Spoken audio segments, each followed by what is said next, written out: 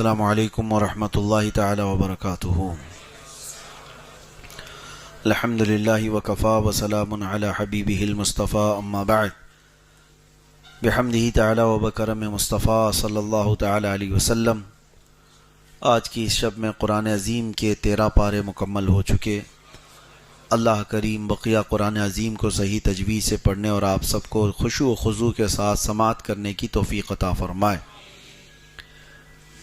آج ہم نے سورہ رعد کی تلاوت کی اور سورہ ابراہیم کی تلاوت، سورہ یوسف کا جو بقیہ حصہ تھا وہ آج تلاوت ہوا۔ جیسے کہ کل میں نے آپ سے عرض کیا تھا، اللہ تعالیٰ نے سورہ یوسف کے متعلق فرمایا نحن نقص علیک احسن القصص، اے محبوب ہم آپ کو سب سے بہترین قصہ سناتے ہیں۔ تو سورہ یوسف سب سے بہترین قصہ ہے، اور جہاں تک آپ نے سماعت کیا، حضرت سیدنا یوسف علیہ السلام جیل میں تھے اور ان کے ساتھ وَدَخَلَ مَعَهُ السِّجْنَ فَتَيَانِ، 2 نوجوان بھی ان کے ساتھ جیل میں داخل ہوئے تھے۔ پھر ان دونوں نے جو خواب دیکھا تھا، ان کے خواب کی تعبیر صحیح حضرت یوسف علیہ السلام نے بتائی۔ کل جیسے کہ میں نے یہ بھی عرض کیا، خوابوں کی تعبیر کے سلسلے میں یہ بھی ایک علم ہے۔ یہ تعبیر الرؤیا یعنی خوابوں کی تعبیر بتانا، تعبیر کا مطلب سمجھتے ہیں، اس کا کیا اشارہ ہو سکتا ہے، خواب میں کچھ اور دیکھا ہوتا ہے، اس کا معنی کیا ہو سکتا ہے، یہ باضابطہ پورا ایک علم ہے۔ اور اسی لیے فرمایا گیا کہ اپنے خواب ہر کس ناکس کو نہ بتاؤ، ایرے غیرے کے سامنے اپنے خوابوں کو نہ بتایا جائے۔ اور مومن کے خواب کے بارے میں اللہ کے نبی صلی اللہ علیہ وسلم نے فرمایا وہ نبوت کا 46واں حصہ ہے، مطلب مومن کے اکثر خواب سچے ہوتے ہیں۔ نبوت اب بند ہو گئی، کسی کو نبوت نہیں ملنے والی ہے، لیکن اللہ تعالیٰ اپنے بندوں کو ہدایت دیتا ہے تو اس کے ذریعے ہیں۔ تو یہ خواب جو ہے بندوں کو ہدایت دینے کا ایک راستہ ہے۔ بسا اوقات تمہیں خواب میں وہ دکھا دیا جاتا ہے جس کی تمہیں حاجت ہو، یا تمہیں کسی چیز سے بڑا نقصان ہونے والا ہو، اس سے تمہیں آگاہ کر دیا جاتا ہے خواب کے اندر۔ تو خوابوں کی تعبیر ایک اپنا علم ہے، لیکن آپ کو میں بتاؤں، جو اس کا علم رکھنے والے علماء ہیں انہی سے خوابوں کی تعبیر پوچھی جائے۔ اور خواب کی تعبیر دیکھنے والے پر بھی ڈیپینڈ کرتی ہے، حالت پر بھی ڈیپینڈ کرتی ہے، کس وقت دیکھا، دن میں خواب دیکھ رہا تھا یا رات کے وقت سونے میں خواب دیکھا ہے، اور دیکھنے والا کیسا ہے، متقی پرہیزگار ہے یا فاسق و فاجر آدمی ہے۔ ایک ہی خواب ہو سکتا ہے لیکن دونوں کے معنی الگ الگ ہو سکتے ہیں۔ حضرت محمد بن سیرین یہ تابعی ہیں، خوابوں کی تعبیر کے بڑے عالم تھے۔ ان کی کتاب ہے تعبیر الرؤیا، جو اب تک امت میں خوابوں کی تعبیر پر لکھی ہوئی ایک بہت بڑی کتاب ہے۔ حضرت محمد بن سیرین نے کئی مرتبہ خوابوں کی تعبیر کو قرآن سے اخذ کر کے بتایا۔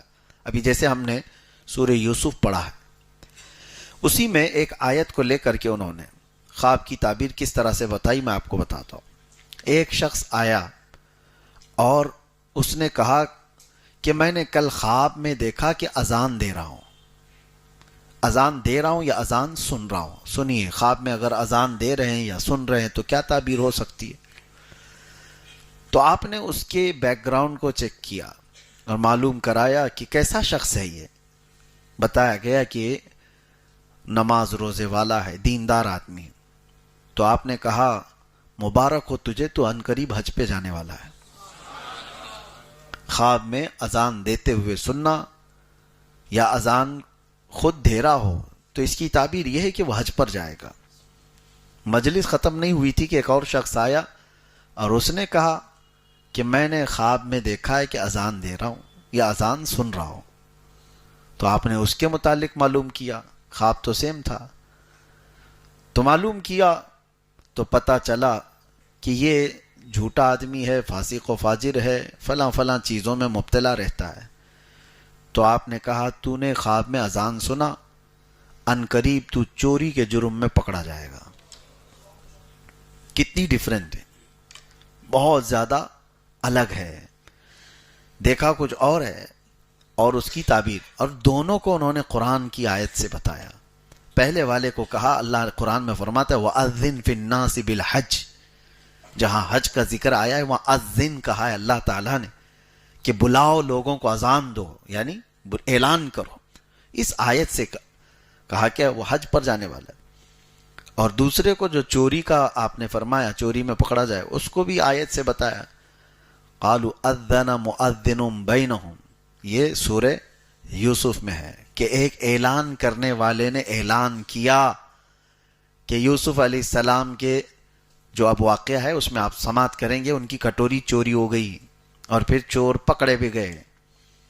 تو اس آیت سے انہوں نے کہا کہ جو خواب میں فاسق و فاجر آدمی نے اذان دیتے ہوئے سنا ہے تو وہ چوری کے جرم میں پکڑا جائے گا. خوابوں کی تعبیر ایک اپنا علم ہے. کبھی ایسا ہوتا ہے کہ کسی کی موت دیکھنا وہ اس کی زندگی کی علامت ہے، اس کی لمبی عمر کی علامت ہے. مجھے آج آپ کے سامنے میں شیئر کرتا ہوں خوابوں کی تعبیر، کیونکہ چلتے پھرتے رہتے ہیں تو وقت نہیں ملتا بہت ساری چیزوں کو دیکھنے کا، اور کبھی کبھار ایسا ہوتا ہے کہ خواب آدمی بھول جاتا ہے. مجھے بات یاد آتی ہے، کچھ بزرگ جو انتقال کر چکے وہ اگر آئے ہیں ملاقات کرتے ہیں، ہنسی خوشی بات چیت ہو رہی ہے، یہاں تک تو ٹھیک ہے، لیکن گلے ملتے ہیں جو انتقال کر چکے. ہم تو اچھا ہی سمجھتے ہیں، انتقال کیے ہوئے ہمارے باپ ہیں، چاچا ہیں، کوئی بھی ہیں. وہ تو مجھے کافی دنوں کے بعد میں خواب کی تعبیر دیکھا تو پتہ چلا کہ مرے ہوئے پرانے لوگ اگر گلے مل لیں تو اس کے جیل جانے کا اندیشہ ہے، اس کے جیل میں قید ہونے کا اندیشہ ہے. خوابوں کی تعبیر ایک بڑا علم ہے. اب آپ کو میں ایک بات بتاتا ہوں. خلیفہ ہارون رشید کی بیوی زبیدہ خاتون نے بھی ایک بار خواب دیکھا تھا، اور اتنا بھیانک خواب دیکھا تھا. یہ حضرت محمد بن سیرین کے حیات میں موجود تھیں، جب وہ تابعی خود موجود تھے، خوابوں کی تعبیر کے سب سے بڑے عالم ہیں. تو زبیدہ خاتون نے خواب یہ دیکھا کہ اجتماعی طور پر بہت سارے لوگ ان کی عزت لوٹ رہے ہیں، عصمت دری ہو رہی ہے. تو بہت سارے لوگ خواب میں کسی ایک عورت کی عزت لوٹ رہے ہوں تو کتنا بھیانک ہے، عورت تو ڈر جائے، بھیانک خواب ہے. صبح اٹھی تو پریشان ہوئی کس سے خواب کی تعبیر پوچھوں. اس نے زبیدہ خاتون نے بتانے کو بھی شرم محسوس کیا کہ کیسے میں کسی کو بتا سکتی ہوں کہ خواب میں میرے سارے مرد حضرات عزت لوٹ رہے تھے. تو اپنی ایک خادمہ سے زبیدہ خاتون نے کہا کہ جاؤ حضرت سیدنا محمد بن سیرین کے پاس اور جا کر کے ان سے کہنا کہ تو نے خواب دیکھا. توجہ چاہتا ہوں، تو نے خواب دیکھا کہ بہت سارے مرد میری عزت لوٹ رہے تھے. کیسے کہے گی وہ بادشاہ کی بیوی نے ایسا گندا خواب دیکھا ہے؟ تو نے دیکھا یہ کہنا. اور کیا خواب کی تعبیر بتاتے ہیں وہ آ کر مجھے بتانا. لوگ ہمارے پاس بہت آتے ہیں، ان کو پوچھنا ہوتا ہے اپنی بیوی کے بارے میں، لیکن وہ کہتے ہیں میرے دوست کی بیوی کو ایسا مسئلہ ہے. کوئی بات نہیں، آپ کی دوست کی بیوی کا بھی ہم جواب دیتے ہیں. اگر ایسا کوئی پوچھنا چاہتا ہے تو کوئی حرج نہیں ہے، حیا کی وجہ سے. خود کی بیماری کو بھی اگر کسی دوسرے پہ ڈال کے پوچھتا ہے میرا دوست ہے اس کو ایسا پرابلم ہے، کوئی بات نہیں، آپ کو بھی ہو سکتا ہے. تو ہمیں اتنا تو اندازہ ہوتا ہے.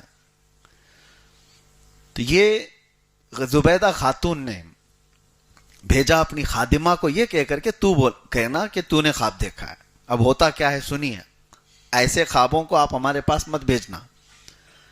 وہ خادمہ تو گئی حضرت محمد بن سیرین کے پاس. وہ چلتے پھرتے آدمی نہیں تھے، خوابوں کی تعبیر کے بڑے عالم تھے. کہا کہ حضور ایک بڑا بھیانک خواب میں نے دیکھ لیا کل. کہا کیا دیکھا؟ کہا بہت سارے مرد میری عزت لوٹ رہے تھے، میں ڈر گئی صبح اٹھ کر کے. تو آپ نے پوچھا اچھا کیا کام کرتی ہوں؟ تو اس نے کہا میں خادمہ ہوں، کنیز ہوں محل میں.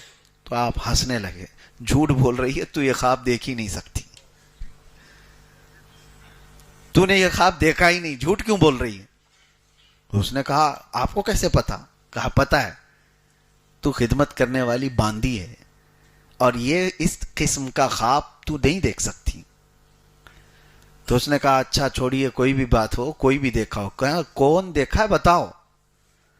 پھر اس خادمہ نے بتا دیا کہ خلیفہ ہارون رشید کی بیوی ملکہ زبیدہ نے خواب دیکھا. تو حضرت محمد بن سیرین نے کہا ڈرنے کی بات نہیں، جاؤ، اس خواب کی تعبیر اتنی اچھی ہے کہ جا کر اپنی خاتون سے کہو عنقریب وہ ایک ایسا کام کرے گی جس سے پوری امت نفع اٹھائے گی، امت کا ایک بہت بڑا حصہ اس سے فائدہ اٹھائے گا. اور خواب کی تعبیر ہی ہے کہ حضرت زبیدہ خاتون حج پر آئیں، عرفات کے میدان میں دیکھا حاجیوں کو پیاس سے بلکتے ہوئے. انہوں نے وہیں پر یہ اللہ کی بارگاہ میں عہد کیا کہ مولا تیرے مہمانوں کو پانی پلانے کا میں انتظام کروں گی. اور اس کے بعد زبیدہ خاتون نے دریائے دجلہ بغداد سے لے کر عرفات کے میدان تک 1400 کلومیٹر کی نہر بنائی، اور وہاں سے جب پانی چھوڑا تو میدان عرفات تک پانی آ گیا، اور 1-2 نہیں 1200 سال تک حاجی لوگ اس سے پانی پیتے رہے. اس خواب کی تعبیر تھی یہ. 1200 سال تک لوگ اس سے نفع اٹھاتے رہے چلچلاتی ہوئی دھوپ میں. اس کے علاوہ پانی کا کوئی وہاں پر ذریعہ نہیں تھا. اب جا کر کے وہ بند ہو گیا جب سعودی حکومت آئی، لیکن اس کی باقیات آج بھی موجود ہیں. آج بھی وہ نہر اسی انداز سے حجاج اکرام جو بھی جاتے ہیں زیارت کرتے ہیں وہ دیکھتے ہیں عرفات کے میدان سے مزدلفہ جانے کے وقت یہ نہر زبیدہ نظر آتی ہے آج بھی. اور حد تو یہ ہے کہ خلیفہ ہارون رشید نے ان سے پوچھا تھا کتنی لاگت آئی اتنی لمبی نہر بنانے میں. تو زبیدہ خاتون نے کیا کہا اپنے شوہر سے؟ کہا میں یہ قومی خزانے سے پیسے نہیں لی تھی، یہ میرے ذاتی خرچے کے پیسے تھے، اس سے میں نے بنوائے. قومی خزانے سے اگر بنائی ہوتی تو میں آپ کو حساب دیتی، یہ میرے ذاتی خرچوں سے میں نے بنایا، لہٰذا حساب میں آپ کو بھی نہیں دوں گی، قیامت کے دن صرف اللہ کے پاس ہوگا. آج تک کسی کو پتہ نہیں اس نہر میں کتنی لاگت آئی، کتنا پیسہ گیا، وہ اللہ والے لوگ تھے. تو بہرحال خواب کے سلسلے میں یہ بتا رہا تھا. اور یہ سورہ یوسف بھی شروع ہوتا ہے خواب سے ہی. میں نے کل ہی بتایا تھا حضرت یوسف علیہ السلام نے خواب میں کیا دیکھا تھا. کل کی اگر آپ کو تفسیر یاد ہو تو انہوں نے خواب میں کیا دیکھا تھا؟ 11 ستارے، ایک چاند اور ایک سورج ان کو سجدہ کر رہا. یہ خواب ذہن میں رہے. اور اس کے بعد کیا کیا ہو گیا یوسف علیہ السلام کے ساتھ؟ بھائیوں نے کنویں میں ڈال دیا، وہاں سے قافلہ اٹھا کر لایا بازار مصر میں، وہاں پر ان کو نیلام کیا گیا، پھر بیچ دیا گیا. عزیز مصر کے گھر آئے، زلیخا خاتون فدا ہوئی، الزام لگا، جیل گئے. جیل میں کتنے سال؟ 1400 سال چلے گئے. اس کے بعد وہ وقت آیا جب بادشاہ نے بھی خواب دیکھا. دیکھیں خواب کے ارد گرد گھوم رہی ہے بات. اس زمانے کا جو بادشاہ تھا اس نے خواب دیکھا. وہ خواب کیا دیکھا؟ وقال الملك انی ارى 7 بقرات سمان یاکلهن 7 عجاف. وہ کہتا ہے کہ میں خواب میں دیکھا کہ 7 بھینسیں ہیں سوکھی ہوئی، و7 سنبلات خضر واخر یابسات، اور 7 سوکھے گھاس کی اور 7 اچھے والے اناج کی اوٹ دیکھا. ایک خواب ایسا تھا 7 بھینسیں ہیں اور اس میں 7، اس کو کیا کہتے ہیں، گھاس کا جو اوٹ بناتے ہیں کسان لوگ بناتے ہیں بیلوں کے چارے کے لیے، اور 7 ہرے گھاس کے اور 7 سوکھے گھاس کے. اس طرح سے اس نے دیکھا یہ 7 کا عدد کیا ہے. وہ پریشان ہوا. تو اس نے صبح اٹھ کر کے اپنے درباریوں سے پوچھا کہ کوئی ہے جو میرے خواب کی تعبیر بتائے. تو اس کے درباریوں میں وہ چھوٹا ہوا قیدی موجود تھا جس کے خواب کی تعبیر حضرت یوسف علیہ السلام نے جیل میں بتائی تھی، جو انگور کا رس نچوڑ رہا تھا. وہ آزاد بھی ہو گیا. اس نے کہا کہ ہاں مجھے ایک آدمی پتا ہے جو جیل کے اندر رہتا ہے، خوابوں کی سچی تعبیر بتاتا ہے. تو بادشاہ نے کہا اس کو لے آؤ. تب یوسف علیہ السلام کو جیل سے آزاد کر کے لایا گیا. یوسف افتنا فی 7 بقرات، یوسف ایھا الصدیق افتنا فی 7 بقرات. اب بادشاہ کہتا ہے اے یوسف میرے یہ 7 بھینسوں والے خواب کی تعبیر بتاؤ کیا ہوگا. تو حضرت یوسف علیہ السلام نے کہا کہ تمہارے خواب کی تعبیر یہ ہے کہ 7 سال جو ابھی آئیں گے تمہارے بہت خوشحالی کے ہوں گے، غلہ اناج سب زیادہ ہو جائے گا، ثم یأتی بعد ذلک عام فیہ یغاث الناس وفیہ یعصرون، اس کے بعد پھر ایسا وقت آ جائے گا کہ لوگ جو ہے بھوکے اور پیاسے ہو جائیں گے، پوری زمین سوکھ جائے گی، اناج غلہ ختم ہو جائے گا، لوگ اپنے آپ کو بیچنے لگ جائیں گے، سب چیزیں اٹھا اٹھا کر بیچ دیں گے۔ تو کیا کرنا چاہیے؟ تو بادشاہ سے یوسف علیہ السلام نے کہا یہ جو تمہارے اچھائی کے 7 سال ہیں، یہ اس میں اناج اور غلہ خوب جمع کر لو، اور جب وہ برے دن آ جائیں، یعنی بھوک و پیاس و شدت کے، اس وقت اپنی رعایا کو تم اناج تقسیم کرو۔ تو بادشاہ کو یہ خواب سمجھ آ گیا، یہ تعبیر سمجھ آ گئی، اور اس کے اعتبار سے بادشاہ نے اعلان کیا اور سارے غلے اناج جمع کیے جانے لگے۔ اور یوسف علیہ السلام کو اس خواب کی تعبیر بتانے کے بعد بادشاہ مصر نے سیدھے اپنے وزیر اعظم کے عہدے پر بٹھا دیا، وزیروں میں بھی وزیر اعظم کے عہدے پر بٹھا دیا۔ یہی ہے رب تعالیٰ کا نظام، گھر سے نکلے، قافلے میں گئے، کنویں میں ڈالے گئے، بازار میں بیچے گئے، پھر جیل میں ڈالے گئے، اور اس کے بعد سیدھے رب تعالیٰ کہاں وہ اتنا بلند مقام کے وزارت عظمیٰ پر بٹھا دیا۔ اور اللہ فرماتا ہے وَكَذَلِكَ مَكَّنَّا لِيُوسُفَ فِي الْأَرْضِ، ہم نے زمین پر یوسف کو قوت بخشی، اور یوسف علیہ السلام نے اپنے حسن تدبیر سے ملک کے اور سلطنت کے کاموں کو ایسا نبھانا شروع کیا کہ بادشاہ کا اعتماد پورا آپ کے اوپر۔ 7 سال گزر گئے، اس کے بعد جو قحط کے 7 سال آئے، وہ آگے کے جو 7 سال، تو ساری رعایا پریشان تھی، ہر جگہ سے لوگ بھوکے اور پیاسے، اور کچھ بھی نہیں تھا، سب لوگوں نے جانور بیچ دیے، گھر بیچ دیے، اپنے آپ کو بھی بیچنے لگ گئے۔ تبھی اعلان ہوا کہ لوگوں کی ضروریات کے لیے شاہی خزانے سے غلہ دیا جائے گا، جو جس گھر میں، اب راشن تقسیم ہوتا ہے، جس گھر میں جتنے لوگ ہیں اتنا راشن لے کے جاؤ۔ اعلان ہو گیا، ہر جگہ سے لوگ اناج غلہ لینے کے لیے آئے۔ یہ وہ زمانہ ہے جب یہ شدت بھوک اور قحط سالی کی وجہ سے سارے لوگ پریشان تھے۔ تو یوسف علیہ السلام کے وہ 10 بھائی، ان کا کیا ہوا؟ وہ حضرت یعقوب علیہ السلام کی ناراضگی ہی مول لے کر جی رہے تھے۔ یعقوب علیہ السلام کا حال یہ تھا کہ اپنے بیٹے کی جدائی کے غم میں روتے روتے ان کی آنکھیں چلی گئی تھی۔ نبی تھے یعقوب علیہ السلام، لیکن یوسف علیہ السلام سے بے انتہا محبت کرتے تھے، اور اتنا غم تھا آپ کو کہ آپ کی بینائی چلی گئی۔ تو اللہ تبارک و تعالیٰ نے حضرت یعقوب علیہ السلام کے دل کو سکون دینے کے لیے ایک اور بیٹا عطا کیا یعقوب علیہ السلام کو، جن کا نام بنیامین رکھا گیا۔ بنیامین، یوسف علیہ السلام کے جانے کے کئی سالوں بعد بنیامین پیدا ہوئے، اور حضرت یعقوب علیہ السلام اب یوسف علیہ السلام کے مقام پر بنیامین کو زیادہ پسند کرتے تھے، اپنے قریب رکھتے تھے، ان سے محبت کرتے تھے، جیسے یوسف علیہ السلام کے ساتھ تھا۔ بہرحال اب غلہ اور اناج جب بٹنے کی بات آئی تو یہ 10 بھائیوں کو بھی حضرت یعقوب علیہ السلام نے کہا جاؤ، بادشاہ مصر غلہ اور اناج تقسیم کر رہا ہے، تم لوگ بھی اپنے حصے کا لے آؤ۔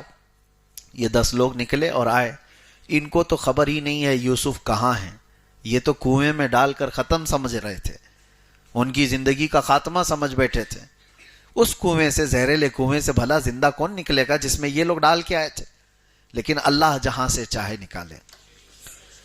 اب یہ 10 آئے اور غلہ جب تقسیم ہو رہا تھا تو یہ لوگ جیسے آئے، حضرت یوسف علیہ السلام نے ان کو دیکھا، دیکھتے ہی پہچان لیا، اور ان لوگوں نے حضرت یوسف علیہ السلام کو نہیں پہچانا۔ بادشاہ وقت کا وزیر اعظم ہے، اتنے بڑے مقام پر ہے۔ حضرت یوسف علیہ السلام نے ان کو دیکھا، اور یوسف علیہ السلام کو معلوم تھا کہ ایک اور بھائی میرا چھوٹا یعقوب علیہ السلام کا نور نظر بن چکا ہے، بہت عزیز ہے۔ تو حضرت یوسف علیہ السلام نے ان سے کیا کہا؟ ہم تمہیں غلہ نہیں دیں گے۔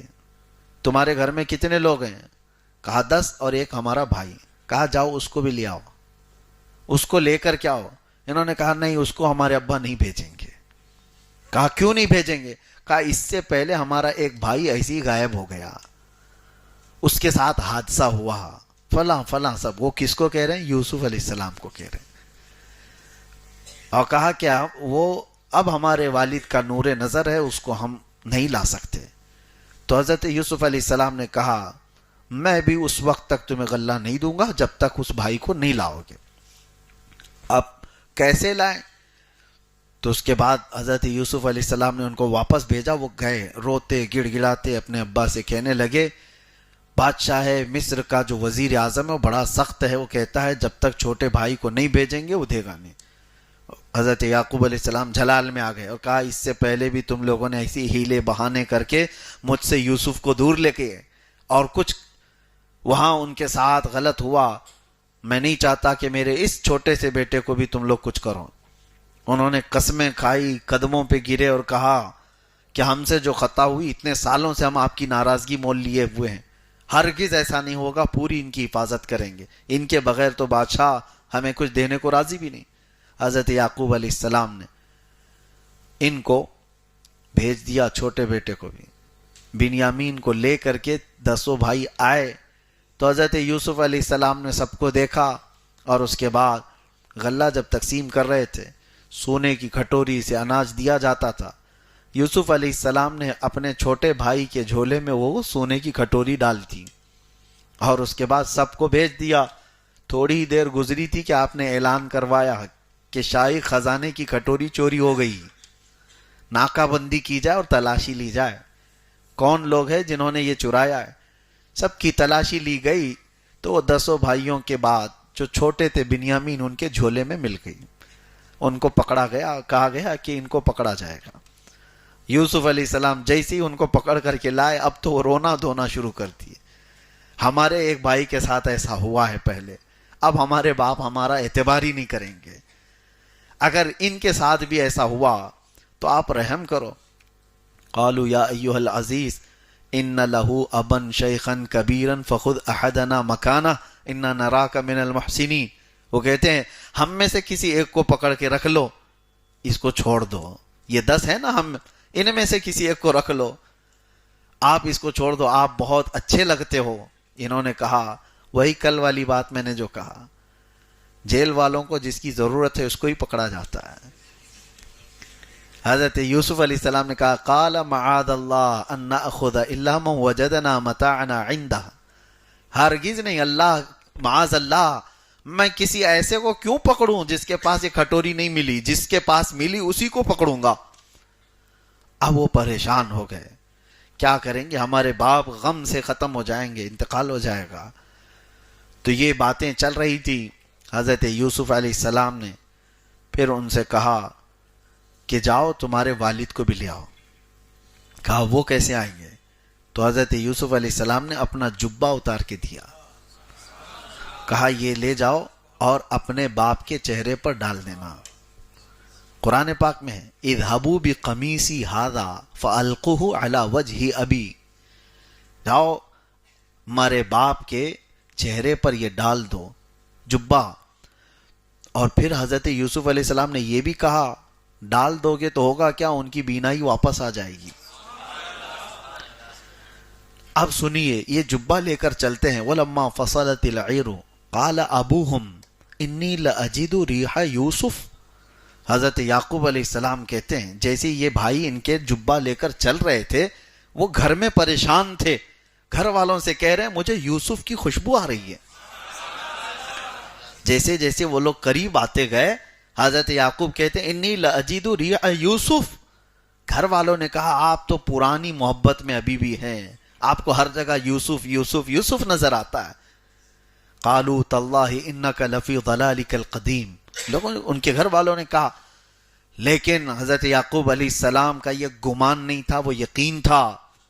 کیا کئی چیزیں ملتی ہیں نبی کو دور سے ہی خوشبو محسوس ہو رہی ہو اپنے بیٹے کی, اور وہ بھی نبی ہیں. ایک نبی کو دوسرے نبی کی خوشبو محسوس ہو رہی ہے. نبی کا پاور دیکھیں, نبی کی طاقت دیکھیں. اب اس کے بعد آیتیں سنیں. یہ بریلویوں کے واقعات نہیں, کہانی جس کو کہہ کر کے لوگوں میں پھیلا دیا جاتا ہے کہ یہ کہانیاں سناتے ہیں. آؤ کہانی نہیں, قصہ وہ جو اللہ تعالیٰ کہہ رہا ہے احسن القصص, اور اس میں ہمارا عقیدہ موجود ہے. فلما ان جاء البشیر القاہ علی وجہہ. اور کہتے ہیں کہ یہ لوگ جو جبہ لے کر کے آئے تھے وہ لائے, حضرت یعقوب علیہ السلام کے چہرے پر ڈال دیا. فرتد بصیرا, ان کی آنکھیں آ گئی. ارے نبی کا جبہ لگا ہے, نبی کا جبہ اور یوسف علیہ السلام کا, یوسف علیہ السلام کا جبہ اگر نبی کو، اور وہ بھی ان کے باپ ہیں یعقوب علیہ السلام، ان کے چہرے پر ڈالا تو قرآن کہتا فرتد بصیرہ، ان کی آنکھیں واپس آ گئی. لوگ ہمیں شرک شرک شرک کے فتوے دیتے رہ گئے کہ یہ نبی پاک کے منہ مبارک سے فائدہ اٹھاتے ہیں، یہ نبی پاک صلی اللہ تعالیٰ علیہ وسلم کے نالین پاک سے جبہ مبارک سے فائدہ اٹھاتے ہیں. قرآن میں پڑھو یعقوب علیہ السلام نے اپنے بیٹے نبی یوسف علیہ السلام کے جبے سے فائدہ اٹھایا اور آنکھیں واپس آئی. اب یہاں اندازہ کرو ایک نبی کا جبہ دوسرے نبی کو فائدہ دے سکتا ہے تو امتی کو کیوں نہیں دے سکتا؟ ارے امتی کو تو بدرجہ اولا دے گا، نبی کو جب فائدہ دے رہا ہے تو امتی کو کیوں نہیں دے گا؟ اور دوسری بات یہ ہے میرے عزیزو، حضرت یوسف علیہ السلام کا وہ جو جبہ ہے، قرآن پاک کی یہ بات میں کہہ رہا ہوں، جو آپ کے جسم سے مس ہوا یہی تو اس کا تعلق ہوگا، اس کے علاوہ اس جبے میں کیا کوئی چیز ہے؟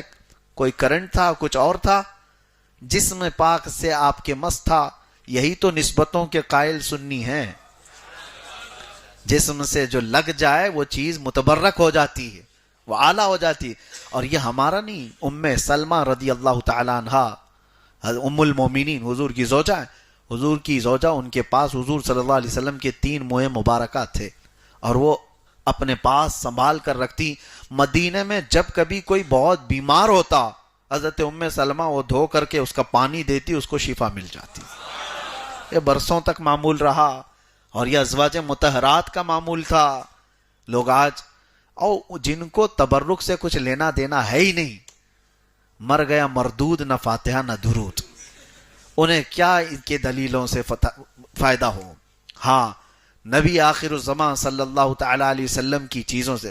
ابھی آپ آگے کی تفسیریں پڑھیں گے، حضرت جبرائیل جس راستے پر چل رہے تھے موسیٰ علیہ السلام کا گھوڑا پکڑ کر کے، جب وہ دریا عبور کر کے، آپ کو حکم ہوا تھا فرعون سے بچنے کے لیے عصا مارو 12 راستے کھل جائیں گے، آپ اپنی فوج کو لے کر، اپنے مومنین کی جماعت کو لے کر موسیٰ علیہ السلام دریا عبور کر رہے تھے.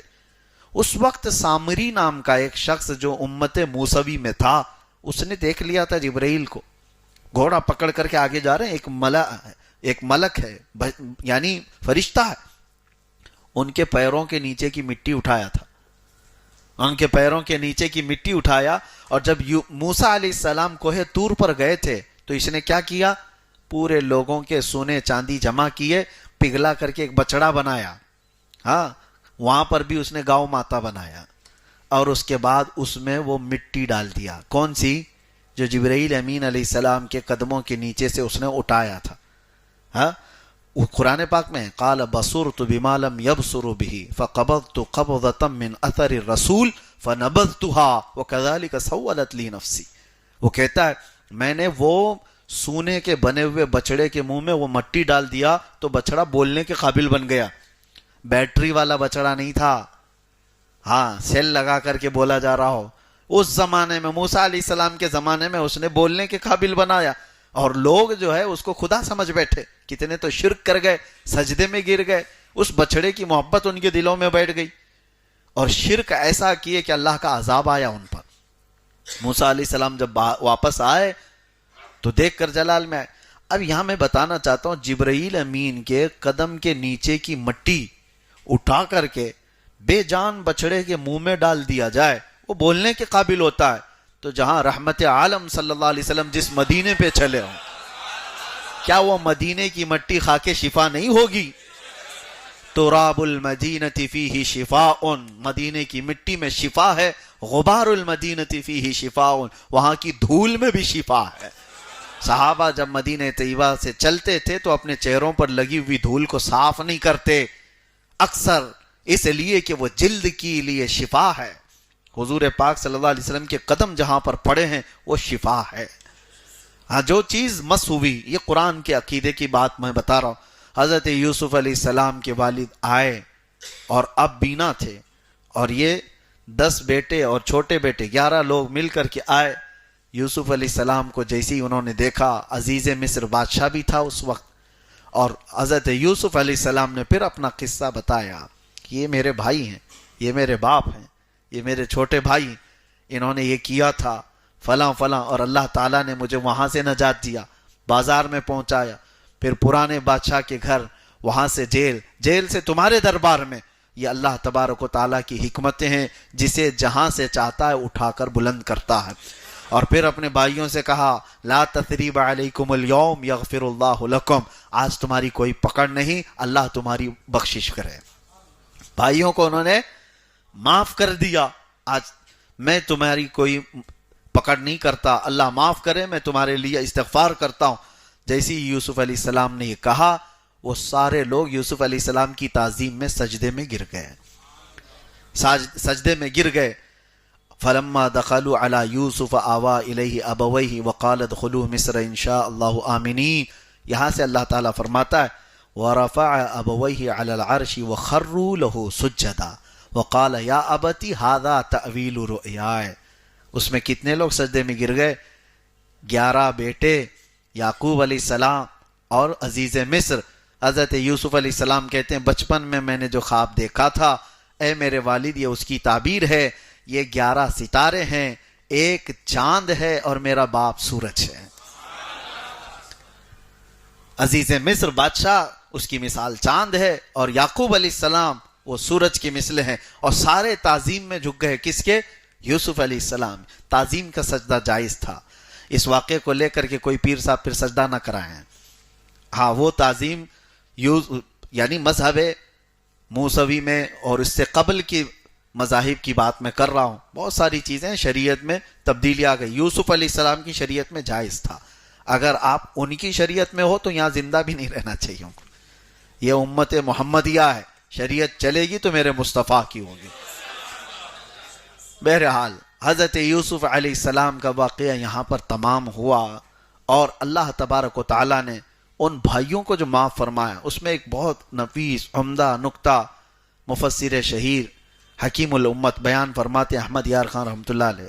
دیکھیں توجہ، بھائی جو ہے، اگر دیکھا جائے تو ایک نبی کے ساتھ انہوں نے بہت بڑا برا کام کیا ہے، نبی کو مارنے کا کام، اور نبی کے ساتھ جب کوئی اس طرح کی حرکت کرتا ہے تو معاف ہوتا نہیں۔ تاریخ کے اعتبار سے دیکھیں گے، اگر آپ معاف ہوتے نہیں وہ لوگ، نبی کو نقصان پہنچانے والے اس طرح کے۔ لیکن یہاں پر ان بھائیوں کو جو معاف کیا گیا، اس کی ایک وجہ بتائی گئی۔ آپ سوچیں، حضرت یوسف علیہ السلام کو انہوں نے کنویں میں جو ڈالا، وجہ کیا تھی ان کی؟ کس لیے وجہ کیا تھی؟ وہ چاہتے تھے کہ یعقوب علیہ السلام سے ہم قریب ہو جائیں، یعقوب علیہ السلام سے ہم۔ تو حضرت حکیم الامت فرماتے ہیں ان کا جو یہ گناہ تھا نا، وہ ایک نبی سے قریب ہونے کے لیے تھا۔ بات سمجھ میں آ رہی؟ انہوں نے جو یہ خطا کی ہے اپنے بھائی کے ساتھ، جب وہ ابھی نبی نہیں تھے، لیکن کیا بھی کیوں؟ ایک نبی سے قریب ہونے کے لیے، یعقوب علیہ السلام سے قریب ہونے کے لیے انہوں نے خطا کی تھی۔ تو اللہ تبارک و تعالیٰ اپنے نبی کے لیے کرنے والی کوئی خطا کو معاف کر دیتا ہے۔ یہ حکیم الامت بیان فرماتے ہیں، نبی کا قرب حاصل کرنے کے لیے، نبی کی محبت حاصل کرنے کے لیے ہو گئی ان سے خطا، جان بوجھ کے اب نہیں کرنا چاہیے، لیکن ہوئی ہے خطا، تو اللہ تعالیٰ اس کو معاف فرما دیتا ہے۔ اسی لیے میرے عزیزو، نبی کے لیے جو جو چیزیں کی جاتی ہیں نا، وہ نشانی بن جاتی ہیں۔ اسی طرح سے آج بھی ہاجرہ، سیدہ ہاجرہ کا دوڑنا یہ نشانی کیوں بن گیا؟ پانی پلانے کے لیے اپنے بیٹے کے لیے وہ دوڑتی رہیں، پانی تو ان کو ملا نہیں، اللہ تعالیٰ نے اسماعیل علیہ السلام کے قدموں کے نیچے سے پانی ظاہر کر دیا، لیکن ان کا دوڑنا عبادت کیوں ہو گیا؟ اس لیے کہ وہ ایک نبی کی پیاس بجھانا چاہ رہی تھی، ایک نبی کے لیے دوڑی تو وہ نشانی بن گئی۔ آج جو نبی کے لیے کھڑا ہوگا وہ دنیا کی نشانی بن کر رہے گا، جو نبی کی محبت میں کھڑا ہو اللہ تبارک و تعالیٰ اسے نشانی بنا دیتا ہے۔ سورہ یوسف کو اللہ تبارک و تعالیٰ نے جتنی تفصیل سے بیان کیا ہے، آپ کو بھی چاہیے کہ سن کر کے چلے نہ جاؤ، بلکہ اپنے بچوں کو بھی یہ احسن القصص بیان کرو۔ اللہ کے نبی یوسف علیہ السلام کون تھے، ان کا خاندان کیا تھا، ان کے ساتھ کیا کیا ہوا۔ بعد کی بہت سارے الحاقات بھی ہیں، قرآن میں جتنا آیا میں نے آج بیان کر دیا، اور بھی کچھ بہت ساری چیزیں حضرت زلیخا کے بارے میں بہت ساری روایات آئی ہیں کہ یوسف علیہ السلام سے پھر ان کی ملاقات ہوئی، بعد میں انہوں نے یوسف علیہ السلام کو معاف بھی کیا، ان کی عمر بھی زیادہ ہو گئی تھی، پھر اللہ تبارک و تعالیٰ نے یوسف علیہ السلام کی دعا سے ان کو جوانی بھی دی اور پھر انہوں نے نکاح بھی کیا۔ یہ دوسری روایات ہے، لیکن قرآن پاک میں اس کا ذکر نہیں ہے۔ بہرحال بہت ساری چیزیں ایسی ہیں جس کا ضروری نہیں ہے، حضرت زلیخا کے ساتھ کیا ہوا کیا نہیں ہوا، ہمیں جتنا بتایا گیا ہے اتنا جاننا ضروری ہے، اور جس چیز سے ہمارے لیے عبرت ہے اللہ نے اس کو بیان کر دیا یا رسول اللہ نے اس کو بیان کر دیا۔ لیکن کچھ لوگ، ابھی مجھے بہار سے ایک فون آیا تھا اور وہ کہہ رہے ہیں کہ مسلسل 1 مہینے سے میں آپ کو رابطہ کرنے کی کوشش کر رہا ہوں، بہت پریشان ہوں۔ تو میں نے پوچھا کیا ہے، کس چیز کے لیے، کون سی ایسی چیز ہے؟ انہوں نے کہا حضرت موسیٰ علیہ السلام کی بیوی کا نام کیا تھا؟ تو میں کہا آپ کو اس سے کیا لینا دینا ہے؟ امت محمدیہ میں آپ کو کسی چیز نہیں، میں بس ایسی پریشان تھا۔ اسی طرح سے حضرت امام احمش ایک بڑے بزرگ تھے، ان کے پاس ایک نے سوال کیا تھا شیطان کی بیوی کا نام کیا تھا؟ آپ نے جواب میں کہا میں اس کی شادی میں گیا نہیں تھا۔ لا یعنی چیزوں کو مت پوچھو، جو تمہاری زندگی میں حلال و حرام، فرض اور واجب، وہ چیزیں جو تم سے، تمہاری شریعت سے ریلیٹڈ ہیں، تمہاری زندگی سے تعلق رکھتی ہیں، وہ سوالات کیے جا سکتے ہیں اور ان کی کھوج بھی کی جا سکتی ہے۔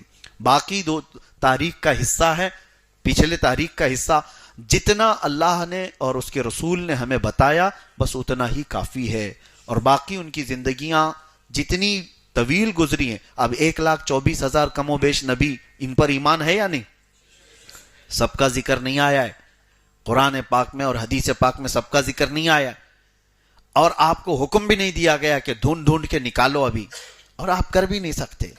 جتنے نبیوں کے ذکر آپ کو ضروری تھے، عبرت کے لیے سنانے تھے، اللہ نے سنا دی اور نبی پاک صلی اللہ علیہ وسلم نے بتا دی۔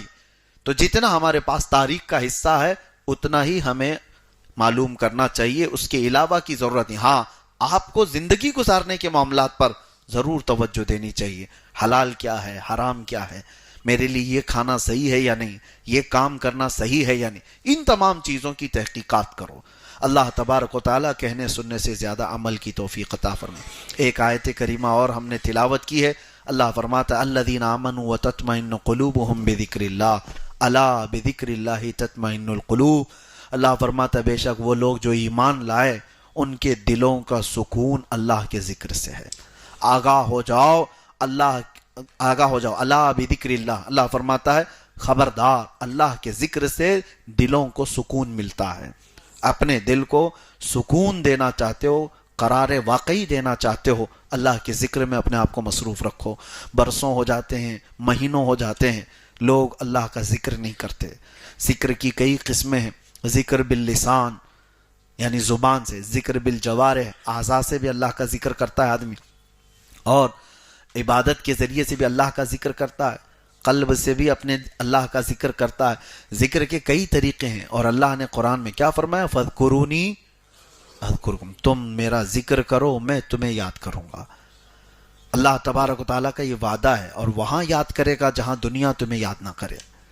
تمہاری قبر میں کوئی تمہیں پوچھنے والا نہیں، لیکن اللہ تبارک و تعالیٰ تمہیں وہاں پر یاد فرمائے گا۔